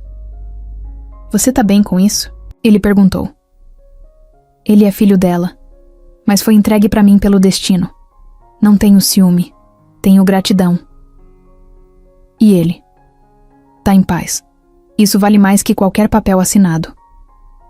Marcelo não respondeu. Mas foi até o quarto e entregou. Pro Davi um kit de desenho novo. Tinha até canetas coloridas. Pra desenhar mais bonito agora. Davi sorriu. Valeu. E me avisa se quiser que eu compre um estojo. Tô aprendendo a ser irmão. Naquele fim de semana, Cida foi jantar na casa deles. Nervosa, com roupa passada e batom leve. Vera preparou lasanha. Tucano quase derrubou a visita de tanta alegria. Sentaram os 4 à mesa. Davi puxou a cadeira do lado de Elsa, segurou a mão dela e disse, sem que ninguém esperasse: Ela é minha mãe, mas você também é. E Elsa respondeu com um sorriso sem pressa. Sou o que você quiser. A inauguração do instituto foi marcada para uma quarta-feira, às 10 da manhã. A imprensa foi avisada, mas com limite de acesso. Nada de tumulto, nada de flashes barulhentos. Elsa queria um evento simples, de verdade, onde as pessoas que realmente se importavam pudessem estar ali. Nada de luxo, nada de gente querendo aparecer. A fachada do prédio era clara, com janelas grandes, desenhos feitos por crianças estampados na parede. Um deles era de Davi. Uma mão gigante segurando outra bem pequena, com um coração no meio. Embaixo, ele tinha assinado com canetinha: Mãos que caminham, aqui ninguém anda sozinho. Do lado de fora, Vera ajudava a organizar os lugares. Marcelo ajeitava o som do microfone. Davi estava com uma camisa social azul clara, bem passada, nervoso e com um papel dobrado no bolso. Elsa caminhava entre as pessoas como uma anfitriã de festa de aniversário.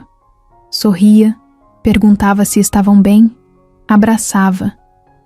Cida chegou de vestido, florido e cabelo preso, segurando um bolo simples de chocolate com granulado por cima. Não ia vir de mãos abanando, ela disse, rindo. Trouxe o bolo da infância. Elsa respondeu. Quando o relógio bateu 10 horas, Elsa pegou o microfone.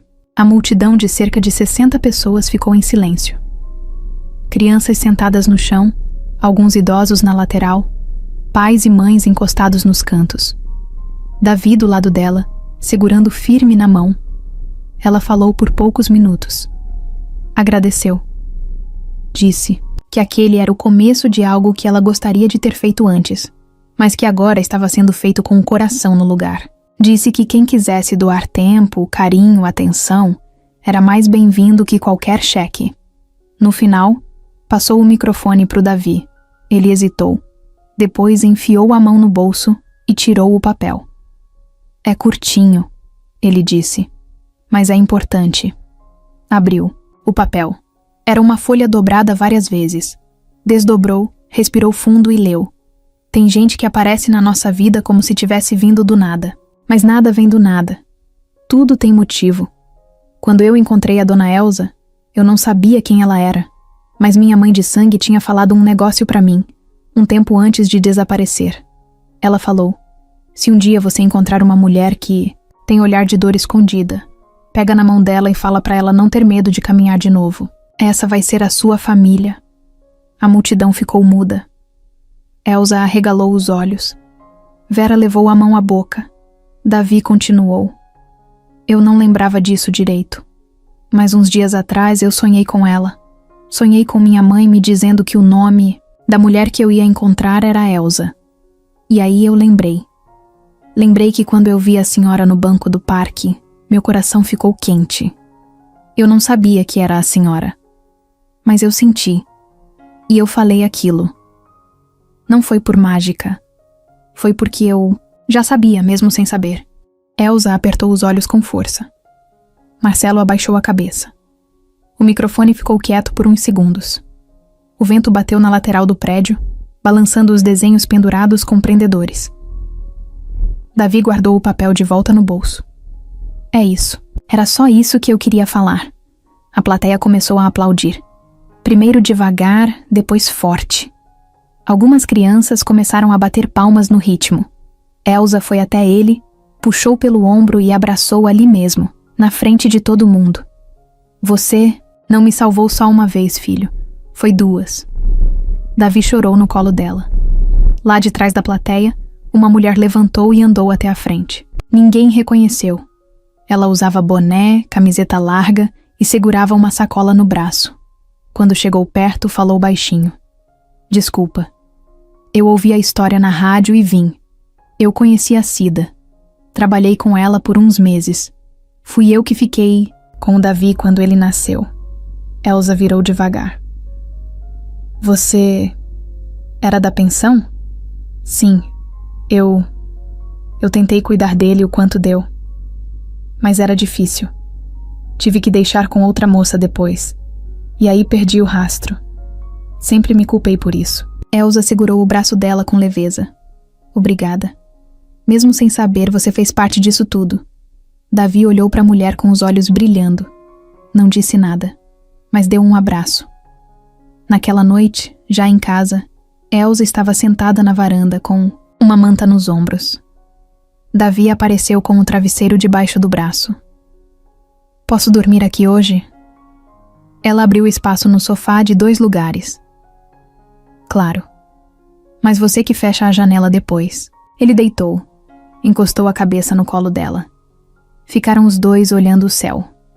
Sem conversa, sem pressa. Do lado de dentro, Vera lavava a louça e cantarolava. Tucano roncava no tapete da sala. A televisão estava ligada, mas sem som. Marcelo mandou mensagem no grupo da família. Hoje foi o melhor dia do ano. Elsa olhou para cima, sussurrou. Obrigada, Cida. Obrigada por confiar.